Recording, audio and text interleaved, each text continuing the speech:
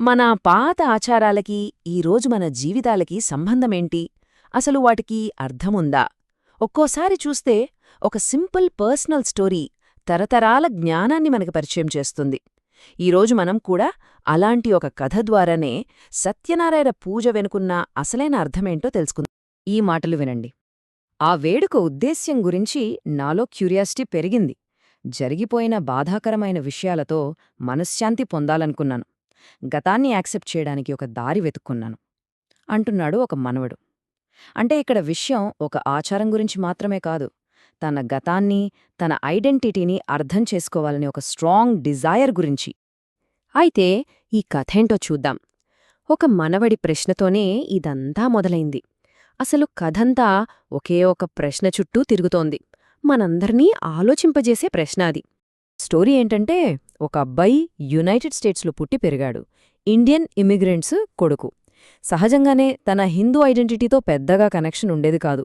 అక్కడ లోకల్ ఫ్రెండ్స్తో కలిసిపోవాలనే తాపత్రయం. సో ఇంట్లో జరిగే పూజలు, సంప్రదాయాలు ఇవన్నీ ఏదో సరదాగా ఒక ఎంటర్టైన్మెంట్ లాగా అనిపించేవి అంతే.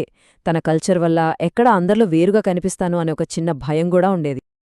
కాని తరువాత ఒక సంఘటన అతని జీవితాన్ని పూర్తిగా మార్చేసింది.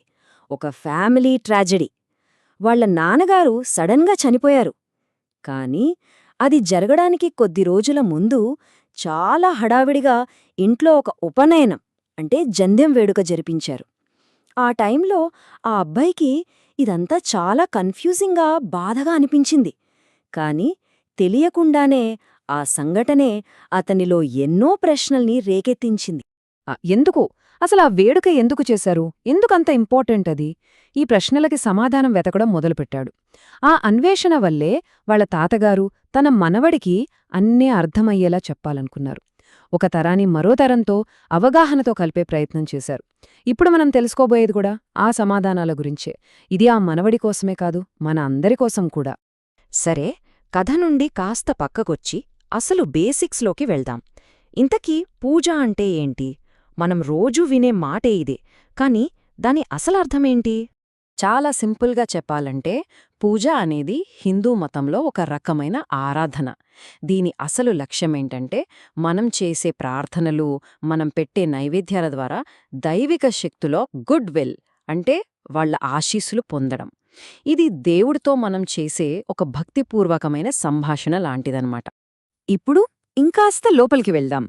ఈ పూజ యొక్క హార్ట్ అంటే దానిలోని ముఖ్యమైన భాగాలేంటో చూద్దాం. ఎందుకంటే మనం వాడే ప్రతి వస్తువు వెనుక ఒక సింబాలిక్ మీనింగ్, ఒక లోతైన అర్థముంటుంది. ఇక్కడ చూడండి, ఇది సత్యనారాయణ పూజ కోసం చేసిన ఏర్పాటు. చూడ్డానికి రకరకాల వస్తువులు అమర్చినట్టున్నా ఇది కేవలం ఒక అరేంజ్మెంట్ కాదు. ఇది దేవతల్ని ఆహ్వానించడానికి సిద్ధం చేసిన ఒక పవిత్రమైన ప్రదేశం. ఇక్కడున్న ప్రతిదానికీ ఒక స్పెషల్ మీనింగ్ ఉంది, ప్రతి వస్తువుకీ ఒక పర్పస్ ఉంది. ఉదాహరణకు ఈ కలసం తీసుకోండి. ఇది కేవలం ఒక చెంబు కాదు. ఇది మన జీవితానికి కావలసిన పంచభూతాలకు ప్రతీక. అంటే భూమి, గాలి, నీరు, చెట్లు ఇంకా మొత్తం విశ్వం. అదెలా అంటే దాని కింద ఉన్న మట్టి భూమిని సూచిస్తుంది, లోపలున్న నీరు జలాన్ని, పైన పెట్టే ఆకులు మొక్కల్ని. ఇలా ఆ మొత్తం అరేంజ్మెంట్ ఒక చిన్నపాటి సృష్టిలాంటిదనమాట. ఇక దీపం. దీపంలో ఉండే జ్వాల అదొక ఇన్ఫినిట్ పాజిటివ్ ఎనర్జీకి సోర్స్. అది మన చుట్టూ ఉన్న చీకటినే కాదు, మనలో ఉన్న ఆధ్యాత్మిక చీకటిని కూడా తొలగించి వెలుగునిస్తుంది. అందుకే అంటారు కదా, జ్ఞానానికి, దైవత్వానికి వెలుగు ఒక యూనివర్సల్ సింబల్ అని. ఇక స్వస్తిక్. ఈ గుర్తు మనకి చాలాసార్లు కనిపిస్తుంది కదా. ఇది సంస్కృతంలో సు అస్తిక అనే పదం నుండి వచ్చింది. చాలా సింపుల్ మీనింగ్. సు అంటే మంచి, అస్థి అంటే ఉండటం. అన్నీ కలిపితే మంచే జరగాలి అని. అందుకే దీన్ని శ్రేయస్సుకి, అదృష్టానికి ఒక పవిత్రమైన చిహ్నంగా భావిస్తారు. ఓకే, ఇప్పుడు పూజలో వస్తువుల గురించి చూసాం కదా. ఇప్పుడు కథల వైపు వెళ్దాం. అవును, ఈ పూజలో కొన్ని విశ్వాస కథలు కూడా భాగమే. వీటినే కథ అని పిలుస్తారు. ఇవి ఈ పూజలోని అసలు నీతిని మనకు చెప్తాయి. ఈ పూజ యొక్క పవర్, దాని గొప్పతనం ముఖ్యంగా ముగ్గురు వేర్వేరు వ్యక్తుల కథల ద్వారా తెలుస్తుంది. ఒకరు ఒక పేద కట్టెలు కొట్టేవాడు, రెండో వ్యక్తి బాగా డబ్బున్న వ్యాపారి, ఇక మూడో వ్యక్తి గర్వంతో ఉండే ఒక రాజు. చూశారా, ఒకరు పేద, ఒకడు ధనవంతుడు, మరొకరు అధికారంలో ఉన్నవారు. వాళ్ల స్టేటస్లు వేరైనా వాళ్లందరి అనుభవాలు మనకు ఒకే ఒక నిజాన్ని చెప్తాయి. మరి ఆ నిజమేంటి? ఆ కథలన్నీ చెప్పే నీతి ఒక్కటే.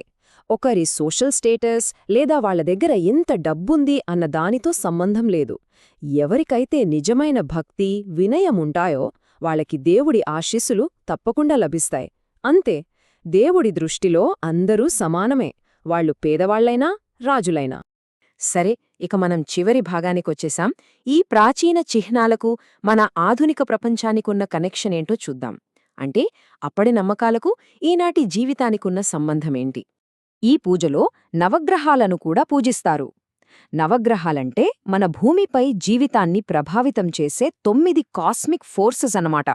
అంటే సూర్యుడు, చంద్రుడు, మరో 5 గ్రహాలు, అలాగే రాహుకేతువులు. అసలు విషయమేంటంటే ఈ పూజ కేవలం మనకోసమో, మన భూమి కోసమో కాదు. ఇది మనల్ని మొత్తం యూనివర్స్తో కనెక్ట్ చేస్తుంది. ఈ గ్రహాల ప్రభావం మన జీవితాలపై ఉంటుందనేది ఒక నమ్మకం. ఈ కనెక్షన్ని ఇక్కడ మనం స్పష్టంగా చూడొచ్చు. ఒకవైపు జీవితాన్ని కాపాడే విష్ణుమూర్తి, మరోవైపు ఆయన కంట్రోల్లో ఉండే ఈ నవగ్రహాల కాస్మిక్ సిస్టమ్. సో ఈ పూజ అనేది మన వ్యక్తిగత భక్తిని ఈ పెద్ద యూనివర్స్తో లింక్ చేసే ఒక బ్రిడ్జ్ లాంటిది. ఇక మళ్ళీ మన కథలోనే మానవుడి దగ్గరికి వద్దాం. వాళ్ళ తాతగారి దగ్గర ఇవన్నీ తెలుసుకున్నాక అతనికి పూజ అంటే కేవలం కొన్ని స్టెప్స్ ఫాలో అవ్వడం కాదని అర్థమైంది. అది తరతరాలుగా వస్తున్న ఒక చరిత్ర, తనకంటూ ఒక గుర్తింపు, ప్రేమ, వీటన్నింటినీ తనదాకా తీసుకొస్తున్న ఒక సజీవ సంప్రదాయం అని తెలుసుకున్నాడు. ఫైనల్గా తన ప్రశ్నలన్నింటికీ సమాధానం దొరికింది. ఈ కథ మొత్తం మనల్ని ఒక పెద్ద ప్రశ్న దగ్గరే ఆపుతుంది.